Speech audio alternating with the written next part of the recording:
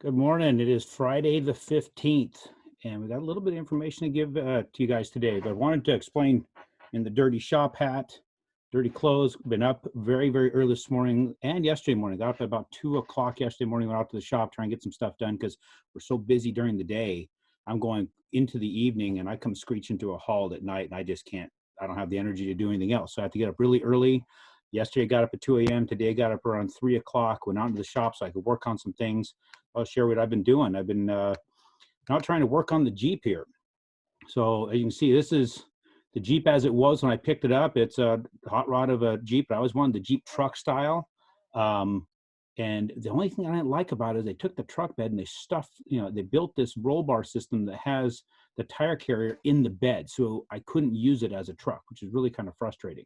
So I cut it all out, cut all that stuff out. I weld, or at least rebuilt how it's going to go in and figured out that I can put the spare tire back up in here. So now it's how I've test fitted it as of this morning.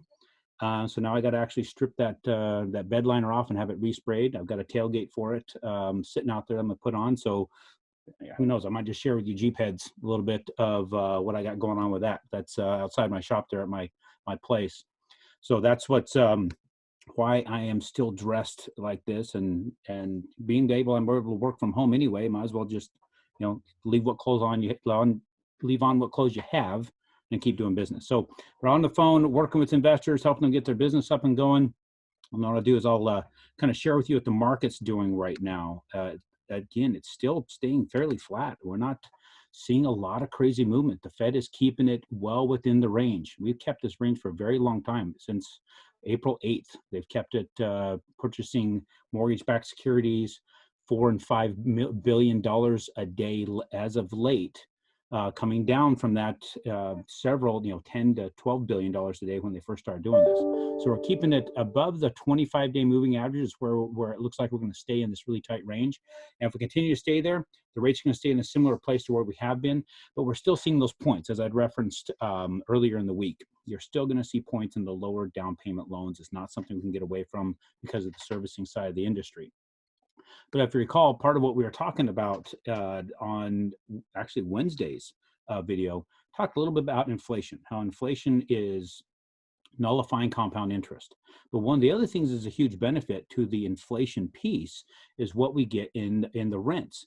We're actually seeing today rents still going up, even though we have this big mess going on, the global COVID interrupt, changing our economy as a whole and really changing human habit.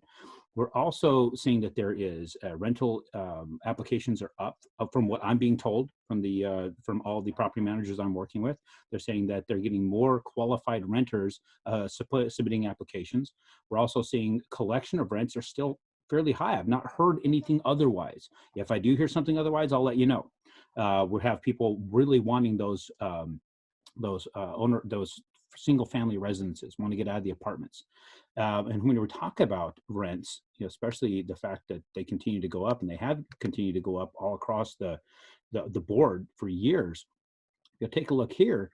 Now, what we're showing for the national average rent, it looks like as of February 2020, it was up 3.2% compared to the previous year.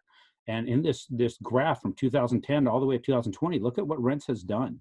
Continued to climb, even coming out of the recession of 2010. So it's rather interesting to see these numbers. So if we're talking about 3.2%, and I know that there was a one point I'd seen that it had a gain as much as 3.7%.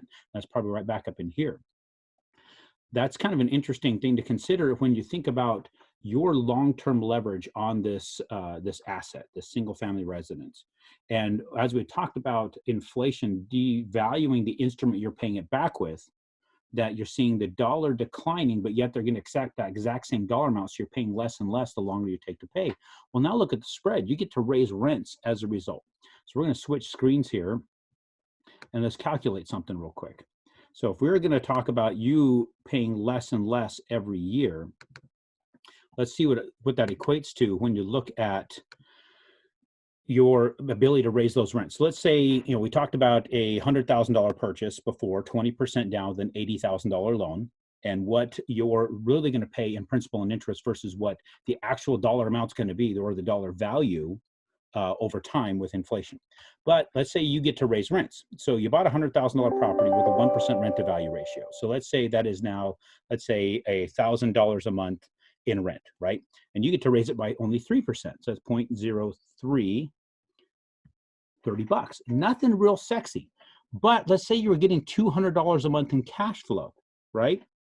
So if you divide that $30 into 200, which is what your $200 cash flow was, but now you're getting a $30 increase to 230 the next year, that's a 15% increase in your cash flow the second year. And you're paying them less as you're paying it down. So you get to keep that spread. Remember those things when you're looking at your investment real estate. It may not have massive cash flow at the moment. You might think, oh, 200 bucks on a $100,000 house is not a lot. But remember, you're paying less and less over time as you get to raise rents. And that raising rent on that $200 a month in cash flow the first year becomes $230 the second year, which is a 15% increase in your cash flow year number 2.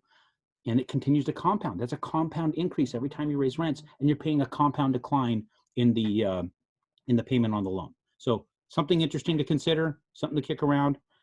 Good to see you guys. Good to talk to you again. If there's any questions you have for me, shoot them over to me. Remember, I'd love to have you, give me the reviews on the books. And anybody who did the 3 stars, I want to hear what I could do better as an author. Thank you.